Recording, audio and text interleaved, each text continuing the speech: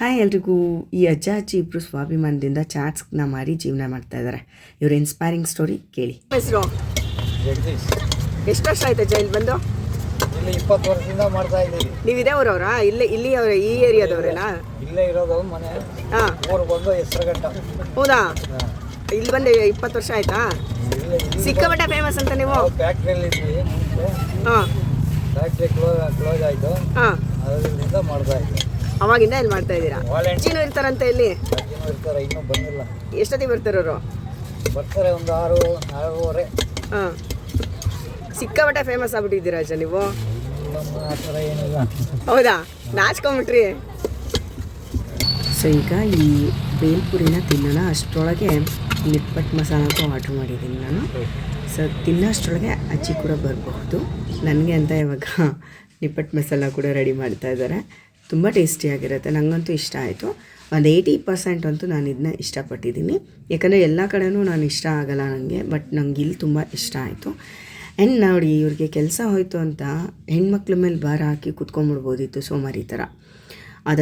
ಆ ಥರ ಮಾಡಿದೆ. ಇಬ್ಬರು ಅಜ್ಜ ಅಜ್ಜಿ ಅಂದರೆ ಗಂಡ ಹೆಂಡತಿ ಇಬ್ಬರು ಸೇರಿಬಿಟ್ಟು ದುಡಿಯೋಕ್ಕೆ ಅಂತ ಶುರು ಮಾಡಿದ್ದಾರೆ. ಒಂದು ಚಾಟ್ಸ್ ಅಂಗಡಿನ ಇಟ್ಕೊಂಡು ಪಾರ್ಕ್ ಮುಂದೆ ಒಂದು ತಳ್ಳೋ ಗಾಡಿ, ಅದರಲ್ಲಿ ಚಾಟ್ಸ್ನ ಮಾಡ್ತಾರೆ. ಇದು ನೋಡಿ, ನಿಪ್ಪಟ್ಟು ಮಸಾಲ ಅದ್ಭುತವಾಗಿದೆ. ಸೊ ಇದು ಒಂಥರ ನನಗೆ ಇನ್ಸ್ಪೈರಿಂಗ್ ಸ್ಟೋರಿ ನಿಮ್ಮ ಜೊತೆ ಶೇರ್ ಮಾಡ್ಬೋದು ಅಂತ ಅನ್ನಿಸ್ತು. ಕೆಲಸ ಹೋದರೆ ತಲೆ ಕೆಡ್ಸ್ಕೊಂಬಾರ್ದು, ನಮ್ಮ ಕೈಲಿ ಏನು ಸಾಧ್ಯನೋ ಹಾಗೆ ದುಡಿತಾ ಹೋಗಬೇಕು. ಸೊ ಈಗ ತಿಂದು ಮುಗಿಸೋಷ್ಟೊತ್ತಿಗೆ ಅಜ್ಜಿ ಬಂದಿರ್ತಾರೆ, ಮಾತಾಡ್ಸೋಣ. ಅಜ್ಜಿ ನಮಸ್ಕಾರ, ಚೆನ್ನಾಗಿದ್ದೀರಾ?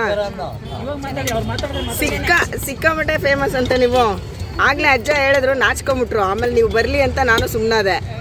ಹಾಂ, ಏನು ನಿಮ್ಮ ಹೆಸರು? ಏನ?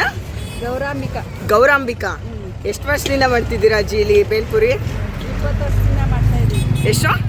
20 ವರ್ಷ? ಅಲ್ಲ, ಅವ್ರು ನೀವು ಬರಲಿ ಅಂದ್ರು ಗೊತ್ತಾ? ನಿಮ್ಮ ಮೇಲೆ ಎಷ್ಟು ಪ್ರೀತಿ ನೋಡಿ ಅವ್ರಿಗೆ. ಹಾಂ, ಹೌದಾ? ನಾಚ್ಕೊಂಬಿಟ್ರಿ ನೀವು. ನೋಡಿ, ಈ ಥರ ಒಟ್ಟಾಗಿ ಜೊತೆಯಾಗಿ ಕೆಲಸ ಮಾಡೋಕ್ಕೆ ನಿಂತರೆ ನಮಗೆ ಸಕ್ಸಸ್ ತಾನಾಗೆ ಸಿಕ್ಕತ್ತೆ.